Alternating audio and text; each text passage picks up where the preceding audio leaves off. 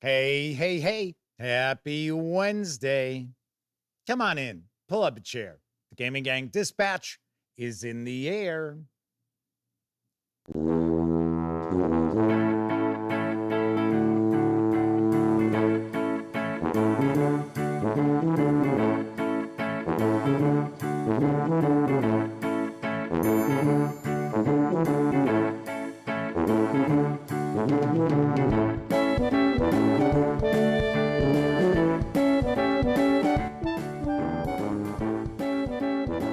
Howdy, gang, and welcome once again to the Duct Tape Studios. I'm Jeff McAleer, your host, here at the Gaming Gang Dispatch, brought to you by, shockingly enough, thegaminggang.com, of which I happen to be the founder and editor-in-chief. So welcome aboard, everyone. Tonight is Wednesday, August 6th, 2025. This is live stream 1219. If you're not overly familiar with the show, let me point out it's super casual around here. Just hanging out, having fun, talking about the latest in tabletop gaming news. We are certainly not engaged in rocket surgery by any stretch of the imagination. And then usually I'll also include a first look at a game. We might unbox a board game. We might flip through a role-playing game book, which is what we're doing tonight.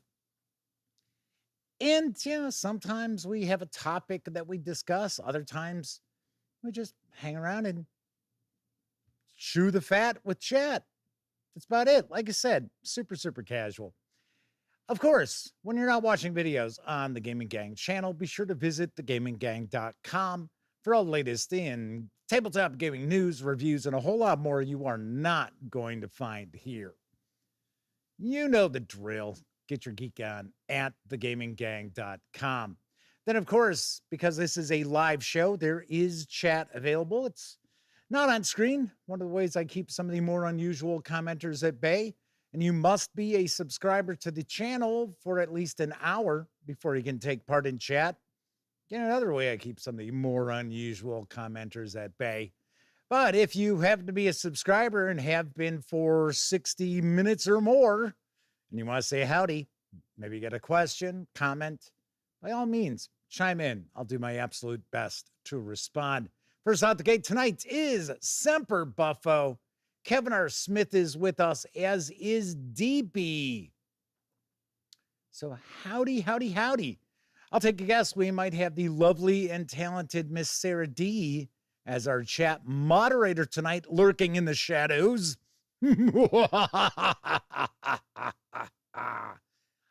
Although I don't think that's probably how Sarah D laughs.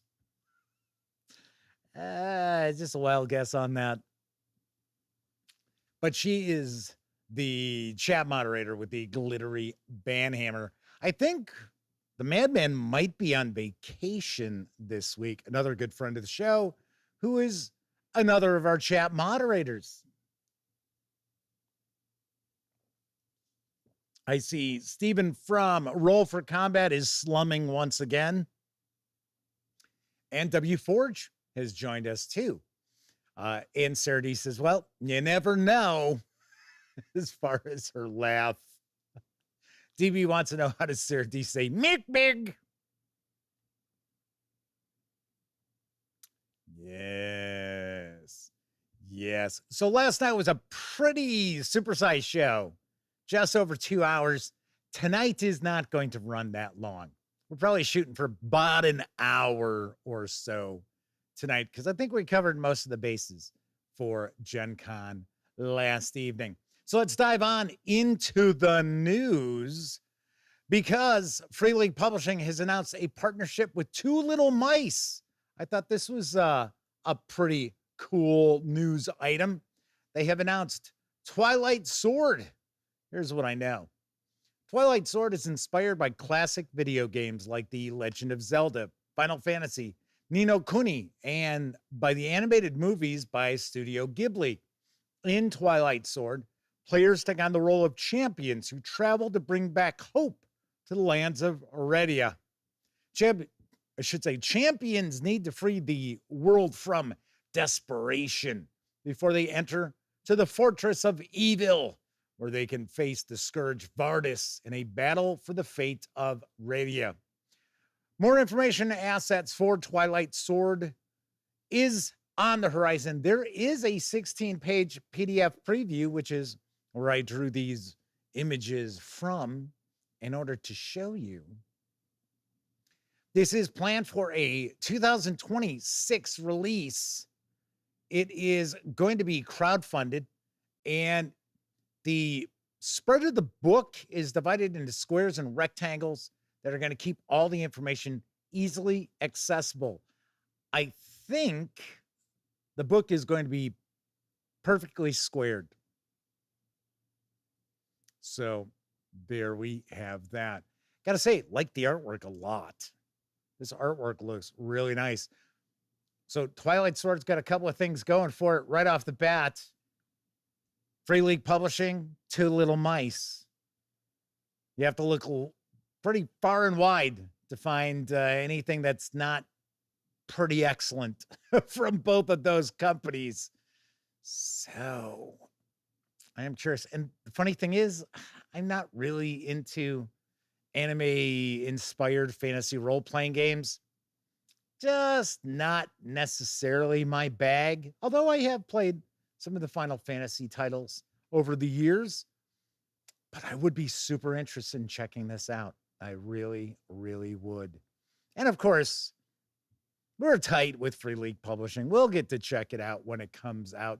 I believe they're shooting for the middle of next year. So before convention season, as far as I understand. Chris Lundgren and Buddy the Cockatiel are with us. DB said when they said it was based on anime, this is not what I was imagining. Didn't DB just talk about Akira and Ghost in the Shell? Fist of the North Star. That's the kind of game I thought this was going to be. Reading Aid is with us. Good to see you once again. Jeez. W4J asks, has anyone played or read the Break role-playing game? I'm pretty sure that has an anime bend to it. I am not familiar with it, to be very honest. I like this cat image. What can I say? I've got a couple of cats, so I like cats. But kind of cool. Kind of cool. We'll see.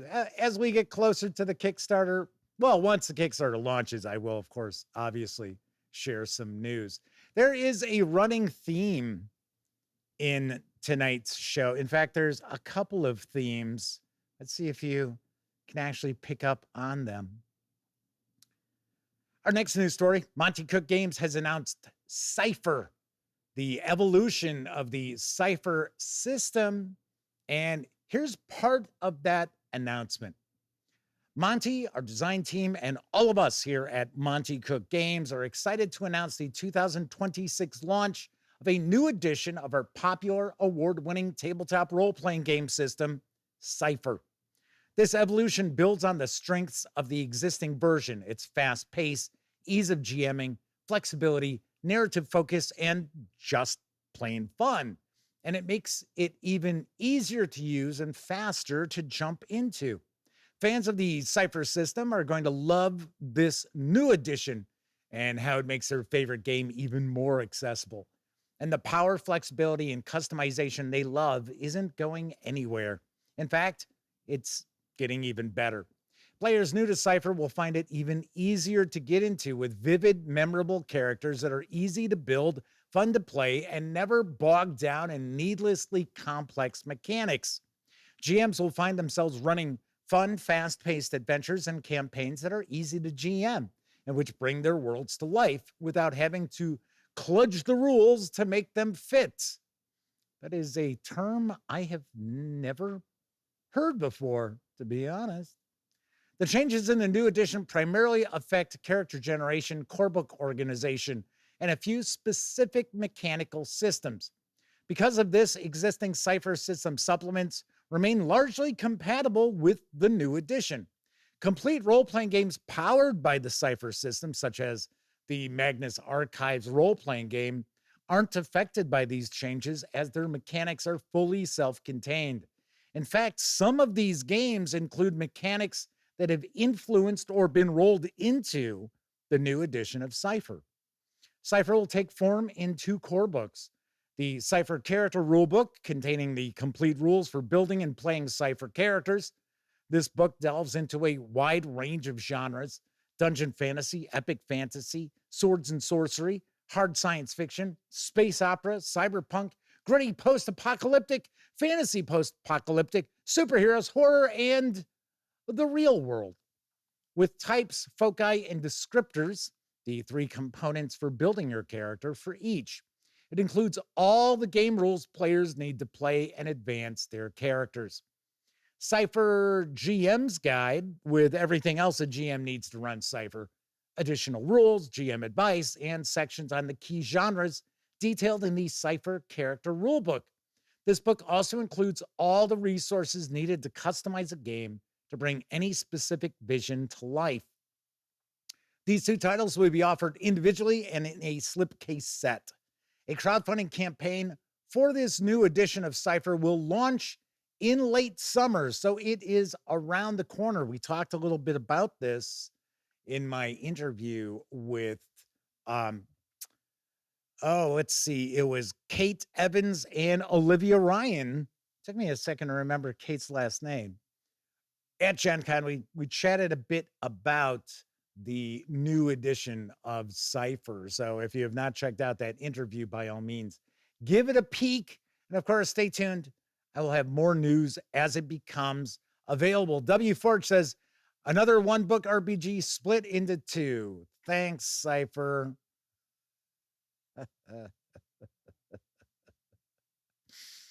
Yes, well, I know. At least it's not 3 books. Like some role-playing games that I could name. Yes. So I'm kind of curious. I know last night somebody had mentioned that they played the Cypher system and they really liked it, except for one thing. That there is one thing that kind of is a stumbling block with the game. I'm kind of curious what that is, because I have heard kind of the same thing from other people over the years, but I don't know what it is. They're like, yeah, it's a really good game, but there's just this one thing that kind of just throws everybody off. Okay. It's like, what?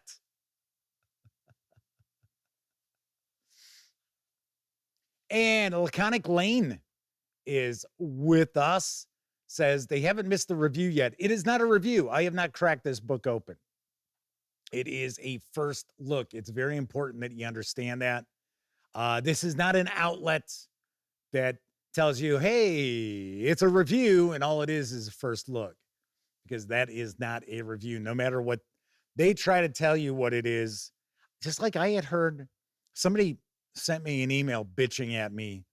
It was after one of the shows where I talked about, an unboxing. You can't do an unboxing and review video in one shot, right? You're unboxing something, you know nothing about it. And it was a game. And somebody had sent me an email and said, well, that's not what review means anymore. It's like, no, bullshit. Review means review. I'm not going to let people change what review means, because you also have the word overview, right? Why don't you roll that out? So anyway, just letting you know, it's going to be a first look, not a review, but we are going to dive in and take a peek, because I'm super interested in what we're going to find inside the Labyrinth Worldbook. All right, moving right along. Acheron Games has teamed with Bundle of Holding for a Apocalypse and Inferno bundle.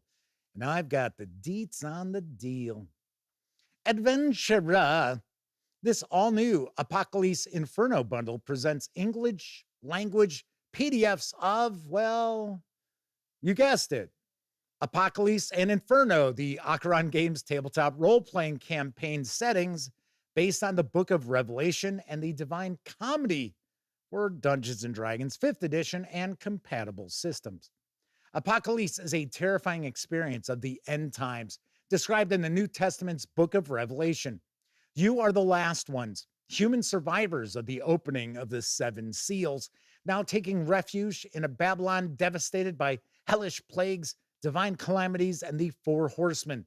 You faced a host of otherworldly heralds in a desperate fight against the end of everything. Will you fight for your life or rely on the last judgment? In Inferno, you are the lost ones, living beings forced to enter the hell of Dante's Commedia and journey down through its 9 circles to the last gate, the only exit before losing your hope. Designed by Rico Sirignano and Simon actually, Formicola of Two Little Mice. Hey, we just always talking about Two Little Mice.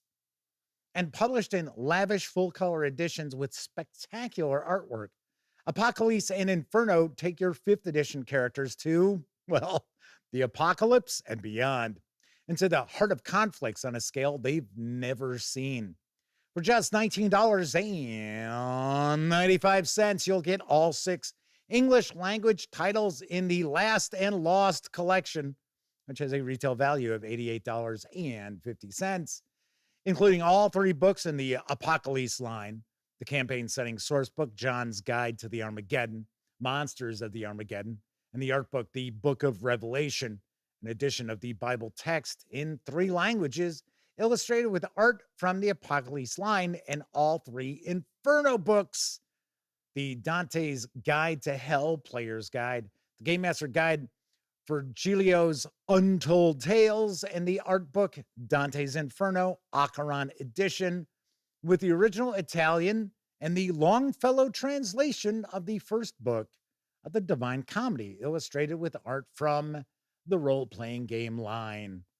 These savings will run through August 18th. I have shared coverage of both of these.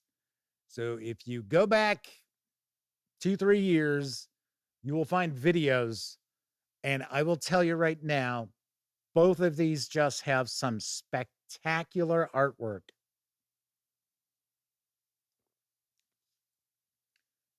I would say that their settings are probably not going to be everyone's bag, but the artwork throughout really, really well done. In fact, I seem to recall I think the Apocalypse setting is the one that I really like the artwork from. So there is that. Mark Hawkswell is with us in chat. Lord Koss 2000 is also with us too. W4 says, I know they're separating player damage into its own stat rather than taking from the attribute pools that allow you to change difficulty levels. Yes, that is one of the changes that is coming in Cypher.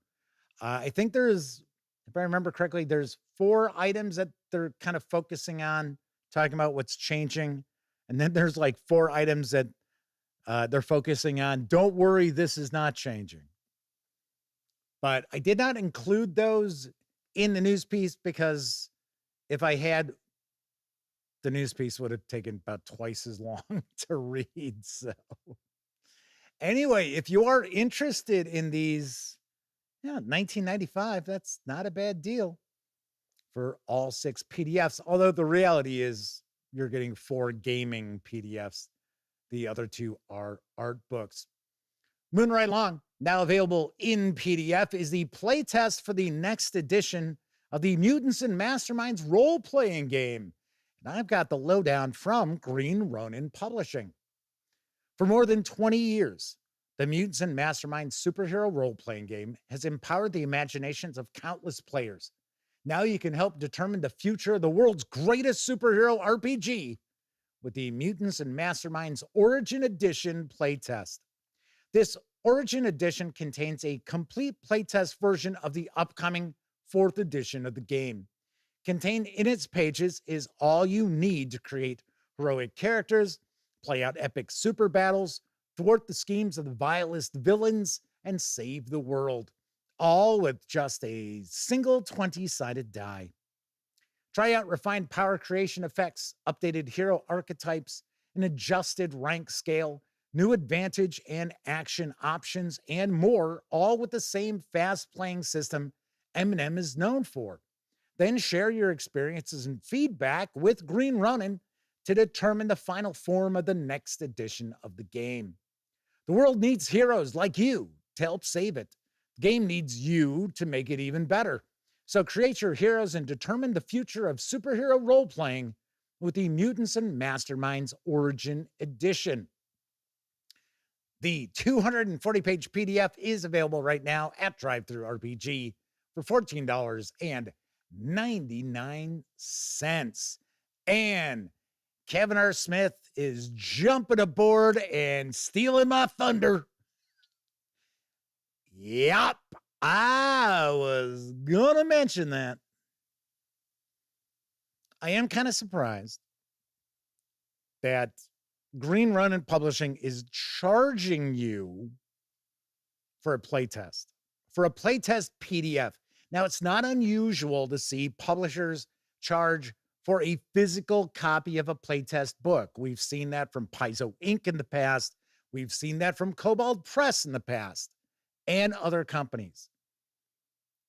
I have a problem with a company charging for a PDF for a playtest. And I get it. You're looking at images here. This looks like a fairly finished product,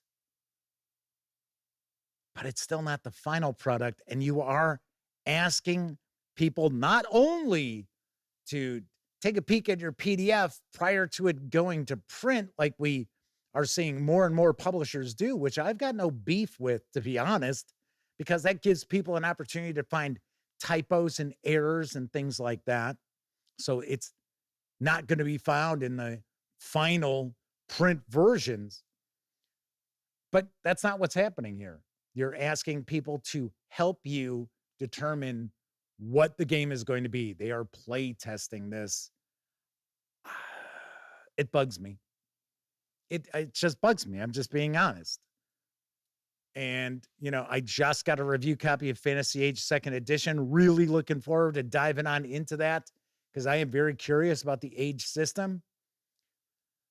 But that doesn't mean I'm not going to call something out if I think something's just out of whack. And I think that's out of whack.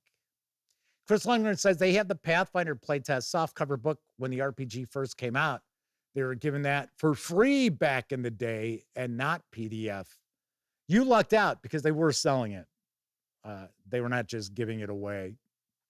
I even remember, maybe I'm wrong, but I seem to remember there was like a limited edition of the Pathfinder 2nd Edition playtest that was a little more expensive than the standard playtest. W. Forge says they should at least offer a discount on the final version when it comes out. I think that would be a good idea. I do think that would be a pretty good idea. Say, hey, you know what? You buy this for $15. We're going to give you a $15 discount when the final product comes out if you get the PDF at DriveThruRPG, right? So there you have it. Kevin R. Smith says, I assume that was Pathfinder 1st edition. I'm pretty sure it's Pathfinder 2nd edition, Kevin. Kevin also pointed out they're not sure how much of that art is recycled from previous Mutants and Masterminds products. Probably all of it would be my guess. Maybe a few new pieces. So Kevin R. Smith says, M&M is one current Green Ronin product that's not based on the age system. Yes, I did know that. I just was mentioning the review copy of Fantasy Age because it's kind of like, hey, the fine folks over at Green Ronin Publishing were kind enough to provide me with that review copy. But, you know, when companies do that, that doesn't prevent me from saying, hey, you know what, I disagree with something about, you know, what they're doing, right? You know, it's just how I am. Just how I am. Chris Longner said it is first edition that they've got. Sweet. Maybe they did it for both editions. I don't know. I was not covering role-playing games really when first edition Pathfinder came out. Let's wrap up with our final news piece. There is a one-shot adventure for the Marvel Multiverse role-playing game featuring the Fantastic Four, which has landed from Marvel, and I've got the skinny on From the Depths. A one-shot adventure for Marvel Multiverse role-playing game. When a giant monster rips through the pavement on Yancey Street, the world's premier superhero family is called on to save the day. Play as Marvel's first family as they take on giant monsters and travel through the underground realm of the Mole Man. This short adventure is a perfect entry for new players to take their first steps into the Marvel Multiverse role-playing game. This module includes character sheets for Mr. Fantastic, Invisible Woman, Human Torch, The Thing, and Herbie. Yep, Herbie. As well as brand new character profiles for Mole Man and 2 other characters, and 1 new henchman profile. Each character profile includes power descriptions for narrators to threaten their table with. This 28-page PDF is available over at DriveThruRPG for $2.99. Chris Lundgren questions, what, no board games? Did I miss that part? No, no board games tonight. No. Nothing's changing, Chris. It's same stuff as usual. Every once in a while, you'll get a board game news piece. Every once in a while, we're going to take a peek at a board game. I'm going to review board game. But no, our focus is still role-playing games. Kevin R. Smith says, we have an Age System review coming up. Cool. Yeah, it'll be Fantasy Age 2nd edition. I'll tell you what my plans sort of are with the items that I received at Gen Con. Plus, I've got some items that have arrived in the mail. So we are going to kind of talk about that, what I'm kind of going to focus on going forward. Chris Leonard also asks, was OSR and new SR strong at Gen Con? No. I mean, I got to be honest. Not really. It was, Chaosium had a big, well, okay, not as big as usual. They had a good size exhibit area. Paizo had a good size exhibit area. If you watched last night's show, I talked about how the exhibit areas were smaller, seemingly for everybody. So there was more focus on like D20 games and percentile games than I really saw for OSR or new SR. Kelsey Dion did have a booth there. They were selling Shadow Dark. That was cool. Got to chat with her for a few minutes. I didn't talk to her too long because people were in line to talk with her. So I stood in line. In fact, I had somebody who I want to say they popped into chat last night and said, yeah, it was nice talking to you in line over at Shadow Dark. So yeah, it was kind of funny. We talked for a few minutes and she seemed very, very nice. And I was like, you know what?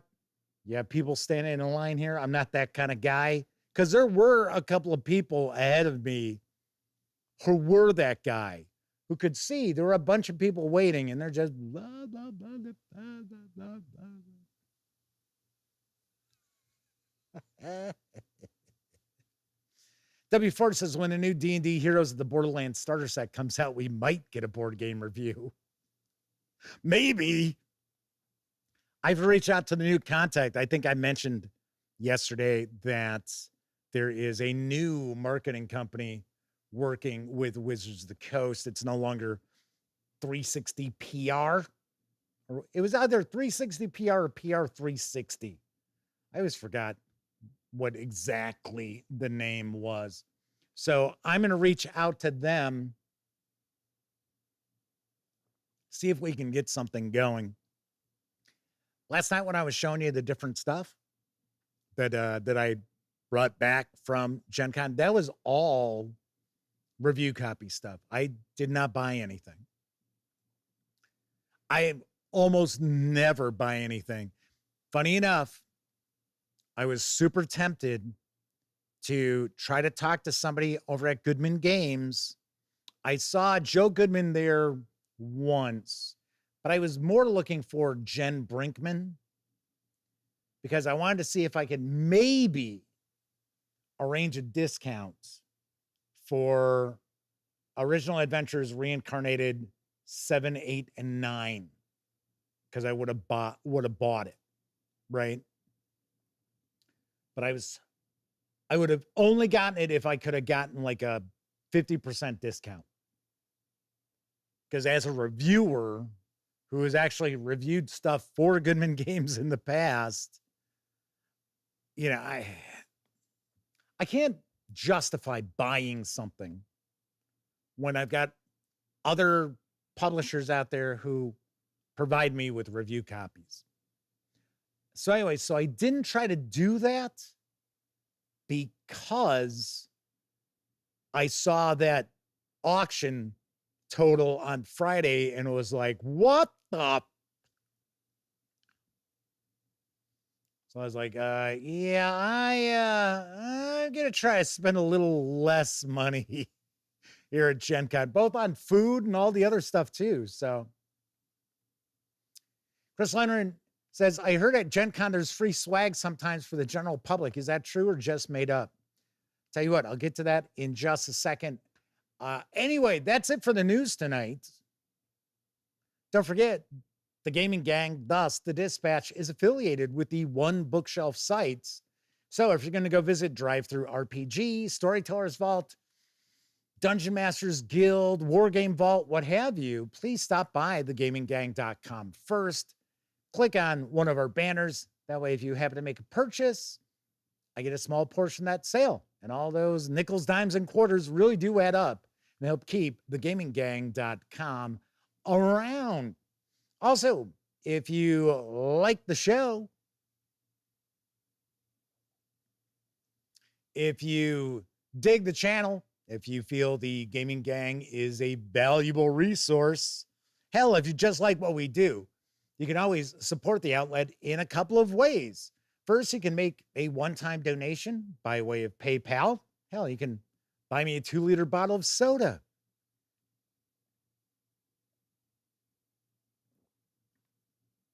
Ooh, that's lovely.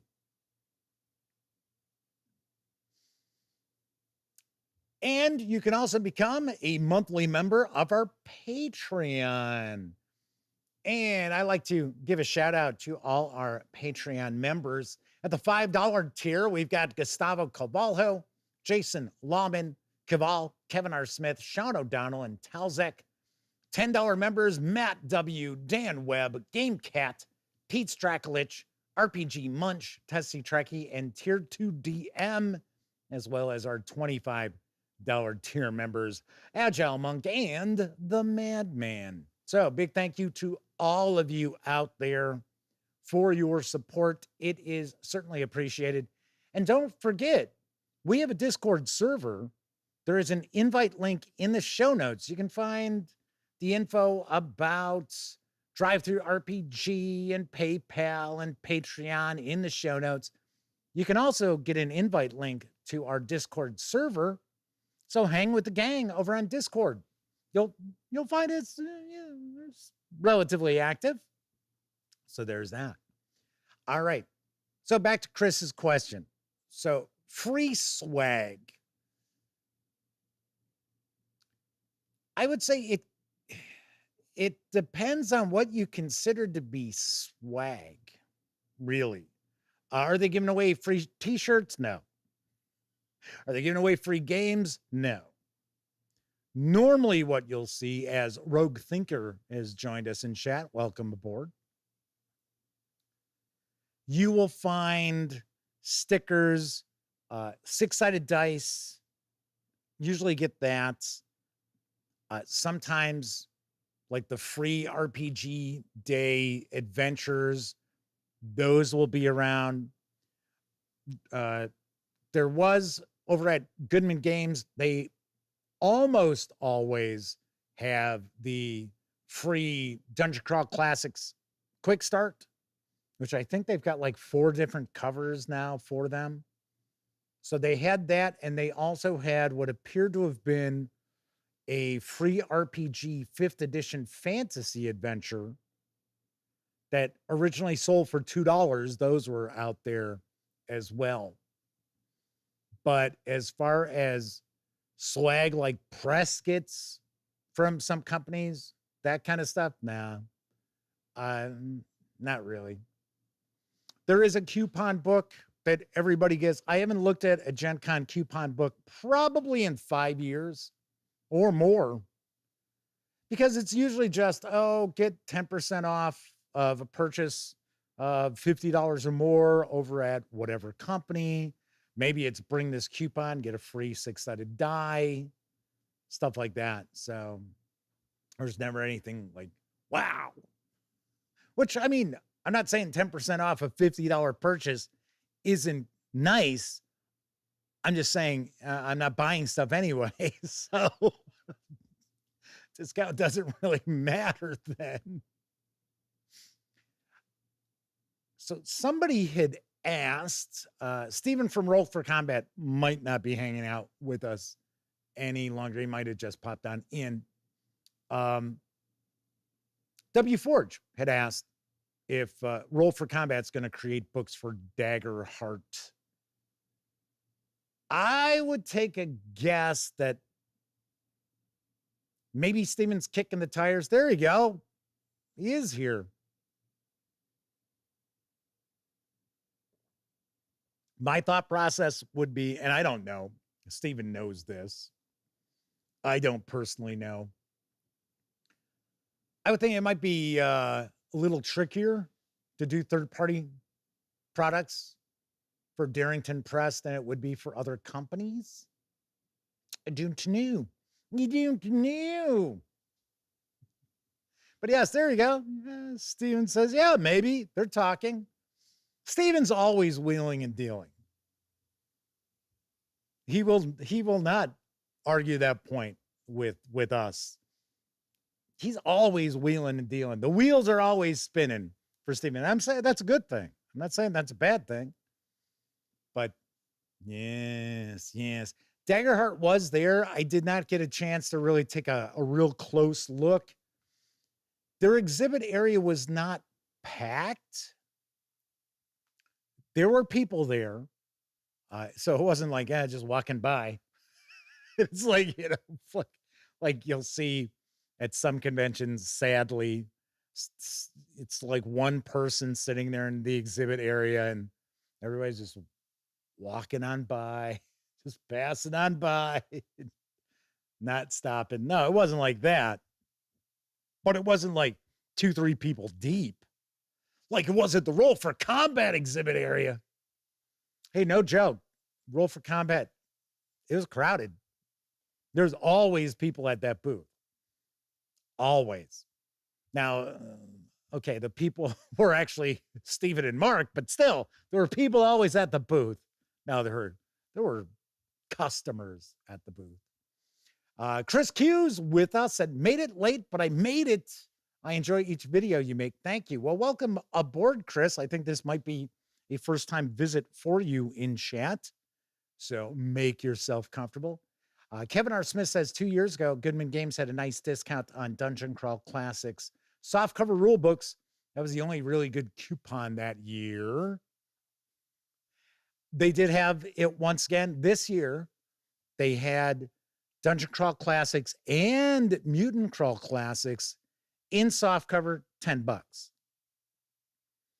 Last year, I had Elliot buy the Dungeon Crawl Classics, the core book, for $10.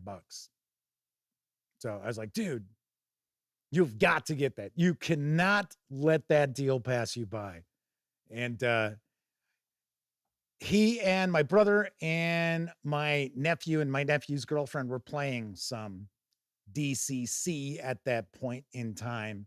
So yeah, he picked it up and he thought it was cool. Thought it was very cool. I mean, $10 for that big old rule book. That is a steal, ladies and gents. It is a steal. All right, so tonight we're going to dive on in. We're going to be taking a look at the Labyrinth Worldbook from Kobold Press. We're going to do that in just a few moments. Let's see, any other questions here before we head on off to, you know what's coming. You know what's coming. Oh, who's going to buy? W4 says, question is, who's going to buy it for Jeff?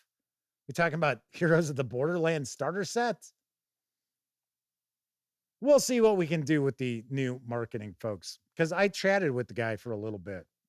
So he knows I'm going to be emailing him. In fact, you know what? I'll email him after the show, after I get the timestamps and everything else out there. I shall do that. All right. So once again, as I mentioned, we're going to be taking a look at the Labyrinth Worldbook. But first, I think it's time for a brief intermission. It's intermission time, folks. Time out for a delicious snack in our sparkling refreshment building. Every item a fresh, appetizing taste treat. Old Virginia, 300 years ago, Captain John Smith and Pocahontas shot their meat, aged it slow. They smoked it and they spiced it too, for flavor at its best. Genuine Smithville barbecue surpasses all the rest. Yes, folks, it's 300 years of tradition and taste you savor when you ask for a Smithfield barbecue James River brand at our refreshment center. In each flavorful morsel of meat, you can smell the hickory, oak, and applewood and taste the rare herbs and spices required for its cure. Here is truly a fresh new taste from an ancient recipe. Oh, for deep down flavor of the Smithfield country kind. Just step by the clear neighbor, find your taste, and lose your mind. Yeah! When you've got a real hot summer thirst, which iced tea do you think of first? Clearly Nestea, dry thirst, clearly Nestea. Heat wave, cold wave, we crave Nestea. Hot rays, cool sprays, always Nestea, clearly Nestea, clearly Nestea. Bright sun, wet one, have some Nestea. Tastes great, can't wait, clearly Nestea. Cold flash, hot blast, clearly Nestea. On the following days, I eat chow mein. Groundhog Day, Guy Fawkes Day, Bastille Day, the 5th of July. That's not often enough. Hey, you're a dragon. But of course. May I repeat, you don't eat chow mein often enough. Could he really be a dragon? Now let's get rid of that list. He's a dragon, all right. I bring you La Choy chow mein, the delicious 6-minute Sunday supper. What's a dragon doing here? I'm the La Choy dragon, and I quick cook La Choy chow mein in dragon fire, like so.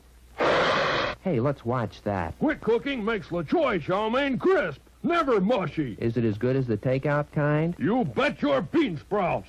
Good and crisp because it's quick cooked in dragon fire. Hey, not in the house. La Choy chow mein, the perfect 6-minute Sunday supper. Try all 4 kinds. So go ahead, buy La Choy chow mein. But watch out for their nutty dragon.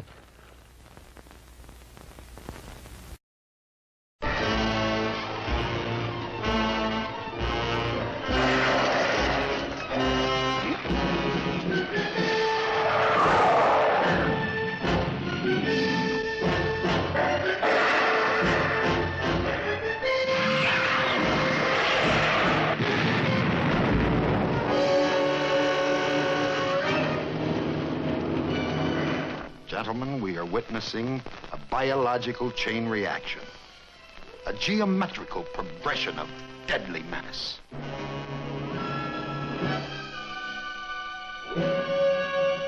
Look there. 2 points off the port bow.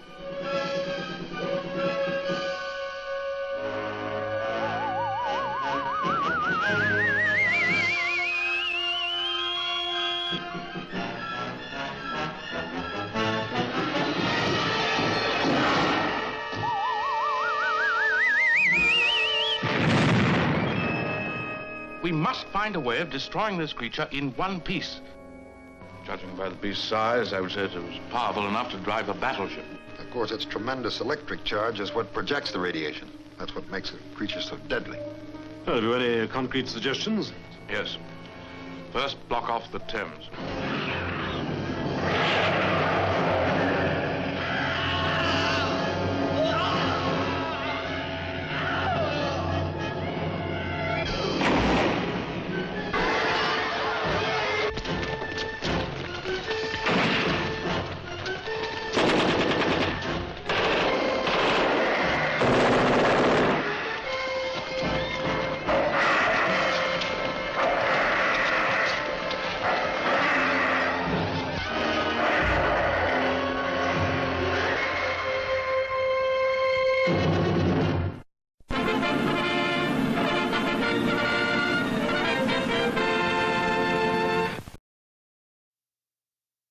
Obviously enough, they could not afford the late great Ray Harryhausen for that film.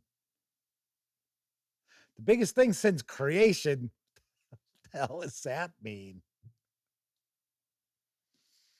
Oh, yes. Oh, yes. And of course, a little Jim Henson LaChoy commercial there. Yes.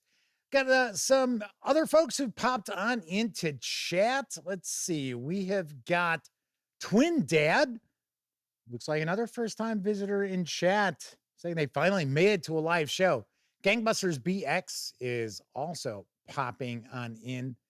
Gamebusters BX, if you would like to get your game in my hands, if you want to get video coverage of anything that you produce, shoot me an email. It is Jeff McAleer at thegaminggang.com. I'll get you my address if you want to send something along. I'm more than happy to share coverage of it. Yes, and DB points out, and Giant Behemoth, that's redundant, like jacket, coat, or shoe boots.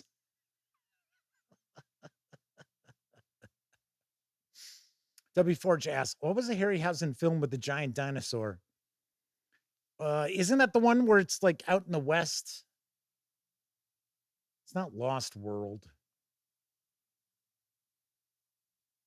Yeah, funny thing is, I don't think I've seen it. I think that is the thing, but I've not actually seen that Ray Harryhausen film. So before we jump on into Labyrinth, I had mentioned I was going to tell you how I'm going to approach sharing coverage of, there you go, Valley of Gwanji, because I just shared a brief intermission with it not too long ago. Anyway, I am going to be sharing first looks, live first looks at stuff that's new or on the horizon. Stuff that, like, for an example, Fantasy Age 2nd Edition, that will probably get a standalone first look video as opposed to being featured on a live show. Kind of kicking it around, because one thing I try to do is after Gen Con, I try to get content out in a timely manner. It's another reason why I don't go running around to all these different publishers asking for stuff, is because I don't want to see 6 months from now I've still got a stack of stuff from Gen Con that hasn't gotten coverage yet. So anyway, so that's how I'm going to approach it. And for an example, tomorrow, we're going to dive on in and take a look at the conclusion of the Sutra of Pale Leaves. It is Carcosa Manifest for Call of Cthulhu from Chaosium Inc. So that is on tomorrow's show. But as for today's show, we're going to dive on in, take a first look at the Labyrinth Worldbook from Kobold Press. It is for Tales of the Valiant and Dungeons and Dragons. This 305-page hardcover is available now. It carries an MSRP of $54.99. If you want to just grab the PDF alone, you can do so for $34.99. And if you want to get the PDF with the hardcover, you do have to order that from Kobold Press, and it will run you $64.99. Mateo is with us. Welcome aboard. I believe Rogue Thinker asked how easy is it to produce games that are based on old TSR IPs Not very easy, although you can actually talk to BX Gangbusters, or I should say Gangbusters BX, about that. But yeah, I think it sometimes has to do with the kind of mood the folks over at Hasbro are in, because I have seen them shut down Star Frontiers content, and I have seen other Star Frontiers like zines and that exist for years. I don't know. I don't know. I don't think you could just walk out there and be like, oh yeah, well, I'm going to publish Gamma World 5th edition. Nah, I don't think so. All right, let's swing on over to the other camera, because here I've got the World Book for Labyrinth. And first of all, fine folks over at Kobold Press, I should say my friends at Kobold Press, were kind enough to provide me with this review copy, but neither I nor anyone else affiliated with the Gaming Gang has received any other sort of compensation for me to share this coverage with you. It's important for you to know that. We're also not going to look at each and every page of the book, but I do want to get a really good feel for what's inside this. So let's start off, take a peek at the back. An infinite labyrinth connects fantastic worlds. Hidden pathways, magical portals, and shifting roads connect every adventure you can conceive. Between these paths, worlds rise and fall, heroes forge destinies, and the annihilating void seeks to consume it all. The Labyrinth Worldbook is a complete guide to the Labyrinth campaign overlay. Players and GMs can find resources for world-hopping adventure, where adventurers can travel to any campaign setting, and it's going to tell us what we've got inside. So this is more than just a gazetteer, I believe. I think we're going to get some new items and such. So let's take a look at the credits page. Lots of folks worked very hard to bring this to life. Let's give credit where credit is due. We've got chapter 1, which is the Labyrinth. Of course, we've got an introduction as well. Chapter 2, Worlds of the Labyrinth. Chapter 3 is Factions of the Labyrinth. Chapter 4 is Heroes of the Labyrinth. So I think we're going to get some new backgrounds or archetypes. Chapter 5, Spells, Magic, and Mysteries. Chapter 6, Pantheon. Chapter 7, Running Labyrinth Campaigns. Chapter 8, Monsters of the Labyrinth. So we'll get some new monsters. And then our appendix is Labyrinth Encounters. The Labyrinth is the realm of heroes, a cosmos sometimes referred to as the 10,000 worlds, though the Labyrinth itself merely provides the pathway between those worlds.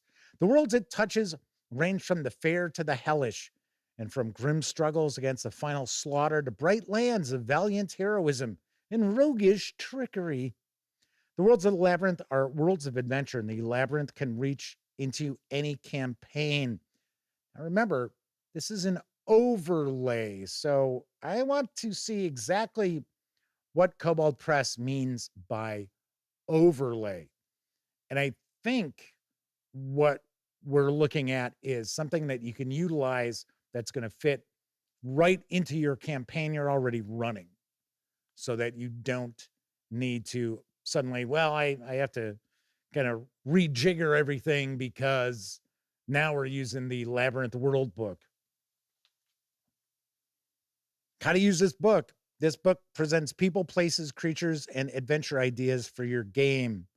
You can use these as add-ins as a part of your game, or you can begin a game in the Labyrinth featuring its people as the primary characters in a tabletop campaign.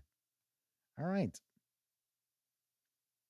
The primary location binding the setting together is the space between the worlds, known as the Labyrinth. This liminal space encompasses entire cities and pocket dimensions, but most of the Labyrinth is a tangle of tunnels, bridges, waterways, and stranger pathways between worlds. Regardless of whether the true nature of the Labyrinth is a dream or a mushroom root. Yeah, what are you trying to say here? Tripping? No. Or the world tree, or a world cracked like an egg. It is a habitable place, Jeff, where people and creatures live, struggle, and thrive. It is suffused by the ethereal plane, which connects it to the elements. It is lightly connected to the astral plane, but tightly to every other world, from the hells to the Fey realms to newborn worlds and empty world husks drained by the void. Precisely because it connects them all, the Great Maze makes it possible for its inhabitants and the worlds it touches to oppose the void and its demons and cultists. I am getting an idea of what these adventures in the adventure book are going to be. All right, real quick, let's take a peek. Some questions popping up. Yes, talking about Harryhausen and Mighty Joe Young. I love Mighty Joe Young. And yes, Mighty Joe Young was considered to be a King Kong ripoff, not the other way around. And Azrael Fion is joining us in chat. I believe this is a first-time visit in chat for them, so welcome aboard. Rogue Thinker says, sounds like Castle Perilous. Chris Leonard asks, silly question, does Kobold only do books for 5.5? Actually, it's 5e, really. These are compatible. You know, it was funny. I actually asked Wolfgang Bauer why the Labyrinth wasn't being promoted as a Tales of the Valiant book or a Black Flag role-playing book. And he said it is. But, of course, you know, they know what side the bread's buttered on. So, of course, they're pushing it more as a D&D book. But I'm hoping that Tales of the Valiant continues. I don't want to see Tales of the Valiant just fade away because it's like, well, you know, it's not selling as well as we were hoping it would or anything like that. I did not discuss how well it was doing with Wolfgang. I did talk about that last year with him off camera. I said it was doing really well. Okay, so we got Time in the Labyrinth, Modes of Travel, Worlds of the Labyrinth. And I should also point out, Kobold Press used to do Pathfinder stuff, but that's a little ways ago. Anyway. The Labyrinth occupies the spaces between the worlds. It consists of tunnels, bridges, roads, and stranger pathways that link what are called the 10,000 worlds, and into which beings have carved out cities, strongholds, and pocket dimensions. We've got the smithy. How much page space we're going to get devoted to it?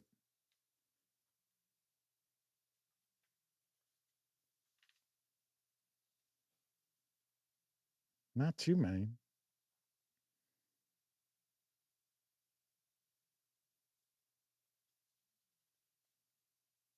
Well, actually, this is still about the smithy. All right. Okay. Planes and pathways. The astral sea, elemental spheres. Yeah, Kevin R. Smith points out they stopped doing Pathfinder after second edition Pathfinder came out. Chris Leonard says they like my RPG coverage because I'm fair. I take my time. Yeah, I know. I know, like reviews and that, people don't like reviews going more than 12 minutes because, you know, they're so busy. It's like, all right, well, you know, I try to get those in a bit quicker nowadays. So it looks as if this is giving us some ideas of some of the worlds here. Yay, Midgard! Woohoo! The default setting for Kobold Press, which I like quite a lot. Perhaps the best known of the core worlds of the Labyrinth, Midgard is a world of dark roads and shadow magic, home to masked gods, powerful ley lines, and ancient fallen empires. Its people include the Clockwork Gearforged, the Rock-Ribbed Bearfolk, and a clever strain of urban mining kobolds, as well as a dragonborn empire ruled by ancient elemental dragon lords. The old Margrave Zobek, the free city of Zobek.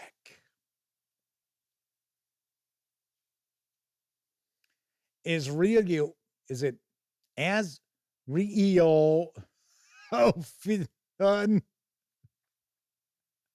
I'm just going to say as or AZ. It's like TV says, call Shack. It's a rock, Sasha.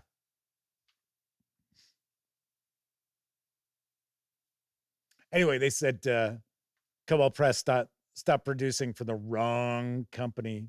Tell you what, the Pathfinder stuff was moving at Roll for Combat's booth when I was over there. It looked almost 2-1.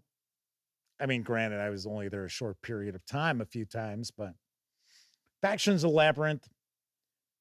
The Labyrinth setting assumes that the player characters associate with the 4 main heroic factions.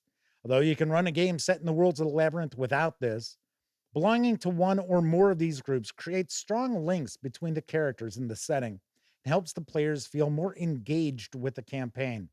Factions drive adventures and intrigue. The leaders of the Concordians, Dreamers, Elders, and Keepers act as patrons for adventuring groups, sending them on missions to further faction interests, combat the void, or oppose other enemies. So the heroic factions, we've got the Concord of Stars, the Concordians. The Keepers of the Keys, the Keepers. Oh, what are they running? Call of Cthulhu games. So it looks like we get a couple of pages devoted to each. Actually, looks like a little more for the Keepers. Old Ring, the Elders. And Servants of the Dreaming God, the Dreamers.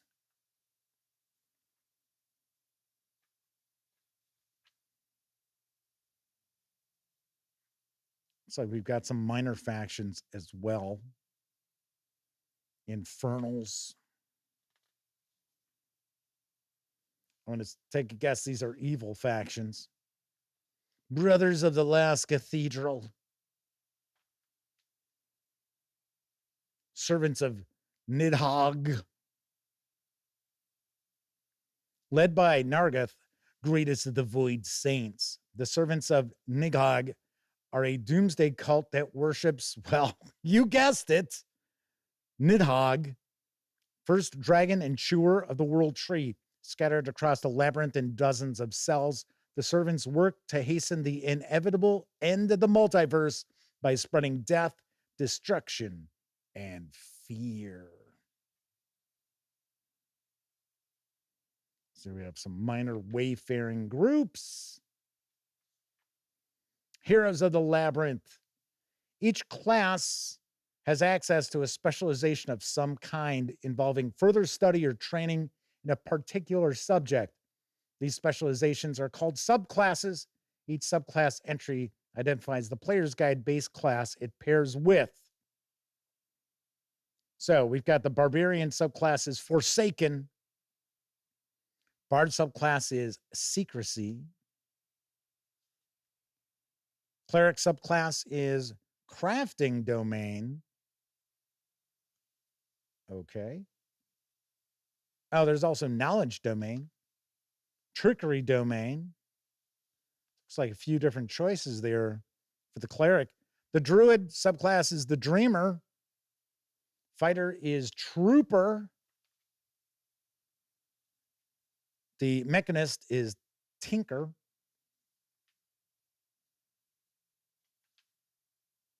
The Monk is Radiant Dawn. Paladin gets Old World. Swearing an oath of the Old World binds a paladin to the principles of freedom, nature, light, and justice. Not morality or law, but beauty and balance. Kindred to druids and rangers, these paladins understand the eternal cycle of beauty inherent to the multiverse and seek to protect it and those who live there from harm. They concern themselves with courage, decisiveness, and understanding, and muse on the world as it was long ages ago or far into the future along the endless march of time. They often adorn themselves with things found in nature, bones, bark, gemstones, vines, and flowers, to symbolize their connection to the most ancient understandings of life. I always like Kobold Press releases. They're always interesting reads. Almost never fails that they are pretty interesting reads. And even though they do have a high fantasy kind of aspect to them, there is also kind of a darkness, especially the Midgard, where I'm not saying it's, grim and perilous, and it's certainly not grim dark, but there are some dark fairy tale aspects to Midgard. Of course, here we're talking about an entire, multiverse. Hey, I wonder if you can visit the 616. See who's going to jump on that reference. So we have different heritages, faction backgrounds. So, of course, these are new player character options here. Now we're into spells, magic, and mysteries. So here are some vehicles of the labyrinth. It's kind of an odd-looking coach there. Some magic items. Cloak of the Far Traveler. Dagger of Darkness. Staff of Ruin. Shield of Annihilation. We have some bright fey weapons. Looks like these are void items there. So clockwork magic, dream magic, illumination magic, portal magic.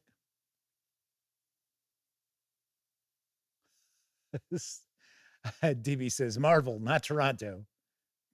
Toronto's the plain old 6. Russell Higgins is with us in chat, says, love me some Coal Shack.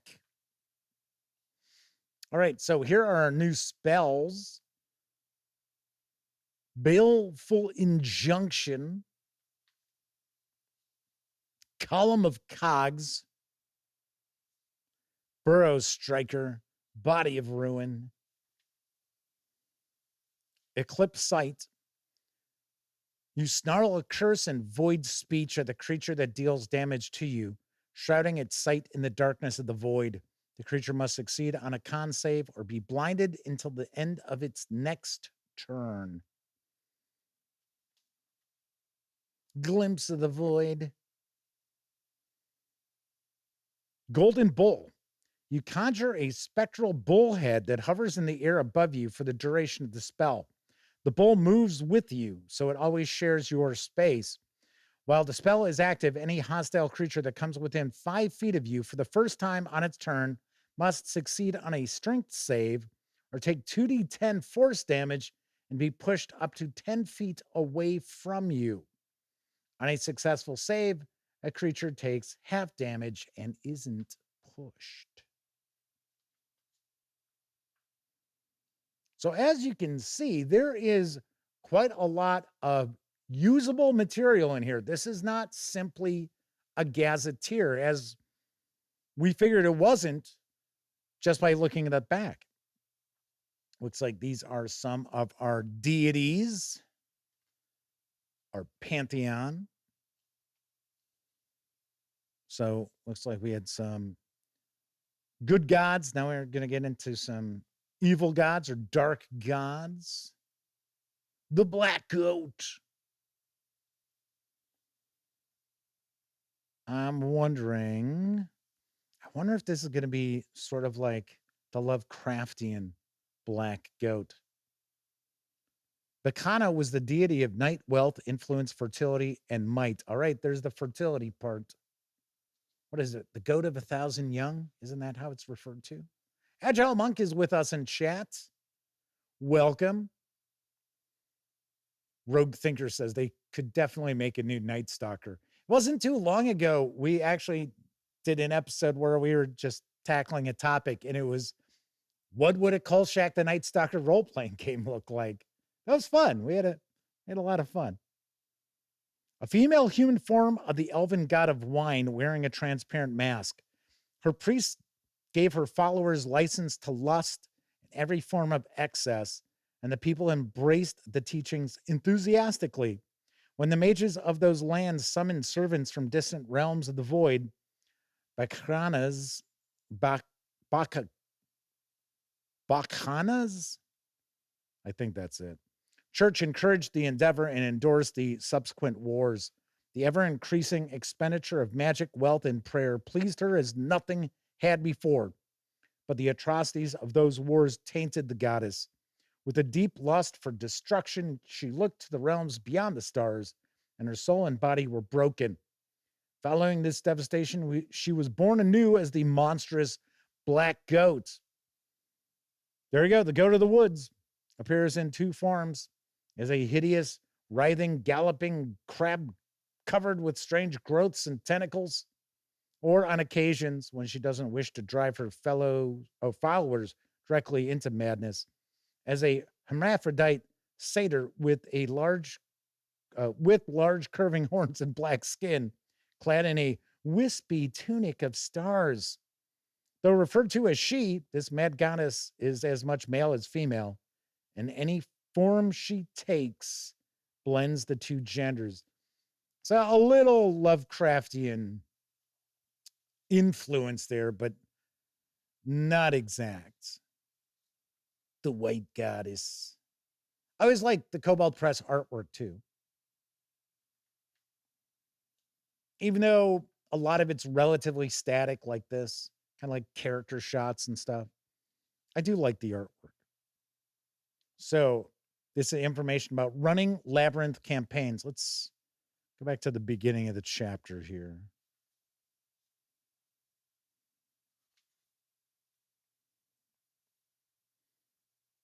This chapter contains mechanics to help GMs run adventures in the Labyrinth setting. Many of the sections here further clarify concepts presented in the other chapters of this book. So using portals, faction status, void rules and effects. So relatively short chapter there. Then we get into a bestiary with some monsters, monster templates.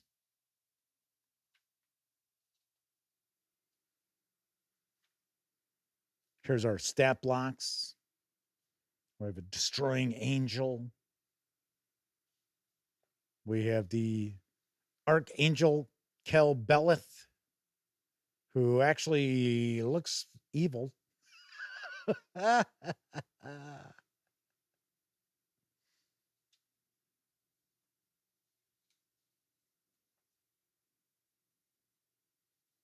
Cool. The Lantern Devil, the Gear Devil. See, that's pretty cool artwork too. The Dragonborn, a Far Trader. The Far Traders are interplanar merchants trading silks, rubies, and the magic-infused stones of the labyrinth between the various peoples and worlds of the labyrinth. They sail upon the astral sea, traveling from world to world in peculiar ships with lantine-rigged masses and rigging that howls like the damned in high winds. I'm going to take a guess it's supposed to be lantern-rigged. While the traders prefer to keep their alliances neutral for the sake of business, the Far Traders are deeply indebted to the forces of the Void for preserving their homeworld. The specifics of the traders' bargain with those forces is known only to them, but their island home still drifts unharmed in the near void amidst the rubble of dead worlds. The hidden island is called Farspire, and its sprawling black rock city, surrounded by inhospitable mountains that teem with horrific aberrations. Some whisper about a network of catacombs deep beneath the city that is filled with riches from thousands of worlds, though few outsiders have ever seen evidence to support those rumors.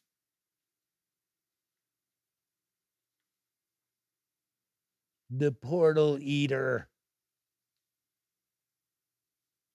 The Ripper. That's the Ripper there. All righty. Well, I should point out, I should have a review of this within the next couple of weeks. I'm going to try to turn this around. Well, I guess, yeah, 2 weeks isn't that fast. Just like I had mentioned to actually Rick Mintz as well as Brian Holland from Chaosium Inc., that I'm probably going to have the review for the Sutra of Pale Leaves, the second chapter, out before it hits stores on August 12th. I think it was August 12th, they said. All right, so that is a peek inside the Labyrinth Worldbook. This is for Tales of the Valiant, as well as Dungeons and Dragons and any other 5e adjacent role-playing games out there. This 305-page hardcover is available now. Carries an MSRP of $54.99. If you want to grab just the PDF, you can do so for $34.99 over at DriveThruRPG. Nice. Very cool. Sweet. Like I said, I'm looking forward to checking this out. All right, that is it for this time out. If you were watching live, thank you very much. If you watched live and took part in chat, an even bigger thank you, because not only are you keeping me company, you're also keeping each other company as I'm sharing the news or unboxing a game or flipping through a book. So it is much appreciated. But of course, I know a lot of folks, they don't have an opportunity to watch live. Doesn't matter if you're watching live or on Memorex.